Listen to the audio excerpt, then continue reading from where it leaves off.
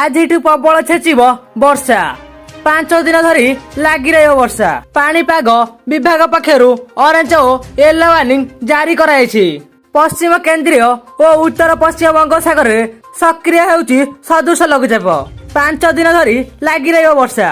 आज संध्या सुधा मालकानगिरी और कोरापुट रे अति प्रबल वर्षा होबार संभावना रही। आज मालकानगिरी और कोरापुट को ऑरेंज वार्निंग जारी करा जायछि। यह व्यतीत नुआपड़ा, गजपति, कलाहांडी, रायगड़ा, नवरंगपुर और बलांगीर जिले में प्रबल वर्षा होबार संभावना रही।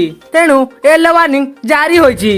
यह परवर्ती 24 घंटा मध्य मालकानगिर, कोरापुट, नवरंगपुर, नुआपड़ा, कलाहांडी, बलांगीर और बरगढ़ जिले में प्रबल वर्षा होबार संभावना रही।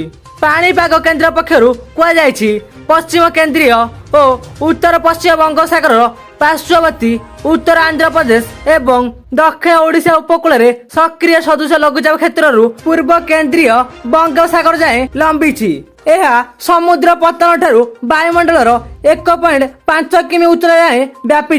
जून 1 आज सुधा ओडिशा रे स्वाभाविक भाव 489 मिमी वर्षा होगा कथा, जेतेबेले कि चलित वर्ष 425 मिमी वर्षा रेकर्ड कराई। 13 जिले में नियंटिया वर्षा रही बेले 2टी जिले में अधिक नियंटिया रही। 15टी जिले में स्वाभाविक भाव वर्षा होइतिबा नै पाणीपाग विभाग पक्षर सूचना दी।